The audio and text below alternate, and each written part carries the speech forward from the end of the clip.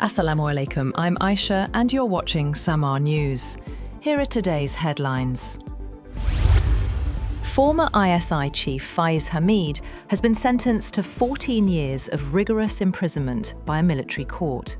The ISPR said the Field General Court-Martial process, initiated on 12 August 2024 under the Pakistan Army Act, lasted over 15 months. Hameed faced charges including political agitation, violation of the Official Secrets Act, misuse of authority and resources, and causing wrongful loss to individuals. His other political activities are being addressed separately. The EU is pushing ahead with Ukraine's accession prep, even as Hungary keeps blocking the formal start of talks. In Lviv, EU ministers said all technical work is being front-loaded, so the process doesn't stall. Brussels has also handed Kyiv a clear reform plan, including rule of law and anti-corruption measures, with Ukraine agreeing to a 10-point action agenda. Meanwhile, NATO chief Mark Rutte has warned allies that Europe is running out of time to stop Russia.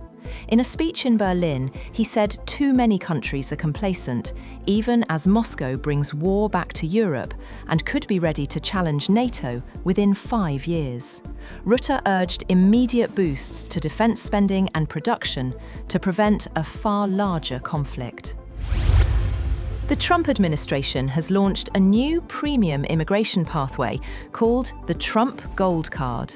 The program offers expedited US residency processing for non-citizens, with applications now open on trumpcard.gov, and a $15,000 fast-track fee paid to the Department of Homeland Security. The United States has seized a sanctioned oil tanker off the coast of Venezuela, President Donald Trump has confirmed. He described it as one of the largest tankers ever seized. The move has pushed global oil prices higher and sharply intensified tensions between Washington and the Maduro government. The seizure comes as the US continues to pressure Venezuelan President Nicolas Maduro to step down. Japan reports that US nuclear-capable B-52 bombers flew over the Sea of Japan alongside Japanese F-35 and F-15 fighter jets in a coordinated show of force.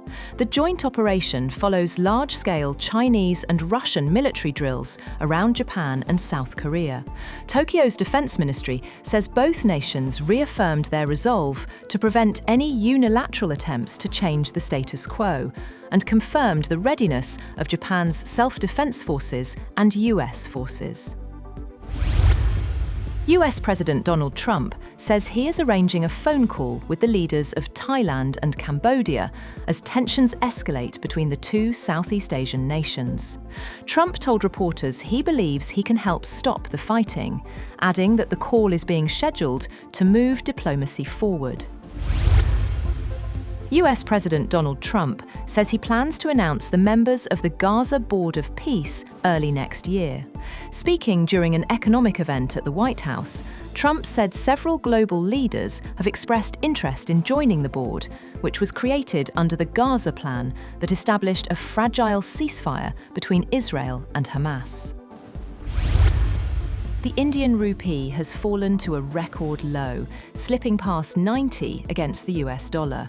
The currency weakened to 90.4675, surpassing its previous all-time low of 90.42 hit earlier this month. Analysts say the slide is driven by the absence of a trade deal with the US and continued corporate dollar outflows, prompting expectations that the Reserve Bank of India may intervene to limit further losses. The US House of Representatives has passed the nearly $1 trillion 2026, known as the National Defense Authorization Act. The legislation includes troop pay raises, policies on China and Russia, and major weapons programs. The bill remains one of Congress's most closely watched annual measures, particularly by major defense contractors. Bitcoin has slipped back under the $90,000 mark as global risk sentiment weakened. Fresh concerns over artificial intelligence profitability hit tech markets after US cloud giant Oracle reported weaker than expected profit and revenue forecasts, warning that AI infrastructure spending is rising faster than returns. The caution triggered a broader pullback, sending cryptocurrencies, including Bitcoin, into decline. Venezuelan opposition leader Maria Corina Machado has defied a decade-long travel ban and arrived in Oslo to claim the Nobel Peace Prize. She reached Norway just hours after the ceremony, where her daughter delivered the acceptance speech. Machado has been barred from leaving Venezuela since 2014, spending much of the past year in hiding. Interpol says a global crackdown on wildlife trafficking has led to record seizures across 134 countries. In a month-long operation, codenamed Operation Thunder 2025, authorities have recovered nearly 30,000 live animals, highlighting a surge in demand for exotic pets. The sting involved police, customs, border security and wildlife agencies working together between September and October.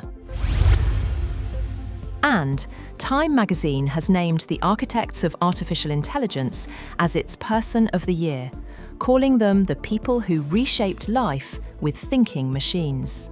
The issue highlights both the breakthroughs and the fears around AI, featuring voices like Nvidia's Jensen Huang and investors backing the boom, while also confronting the troubling cases that marked AI's rise.